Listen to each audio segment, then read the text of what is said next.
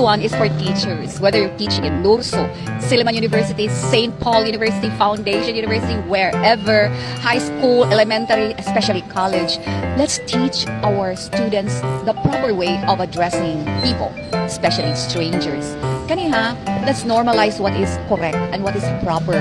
Dili basta-basta maggamit og mga addresses na wala naman yan sa libro. It's not acceptable socially, maybe only in the Philippines. So atong tudluan atong estudyante, let's teach them the proper way of addressing, especially to strangers. Now this happened to me yesterday. Na this boy nga siguro he could be first year college or second year college as a gym to. He wanted to use something probably that I was sitting on or what, and he said, "Nay, nay, nay." Hello, kaasa na iyang di-address ko, nanay, what, nanay, pwede, he said, pwede akong gamito ni. So I looked at him and I said, pwede ma'am, I'm not your nanay, di man tikaw anak.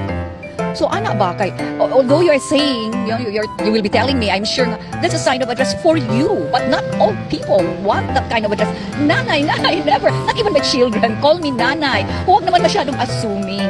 So I think the teachers are to be blamed. Do not normalize that.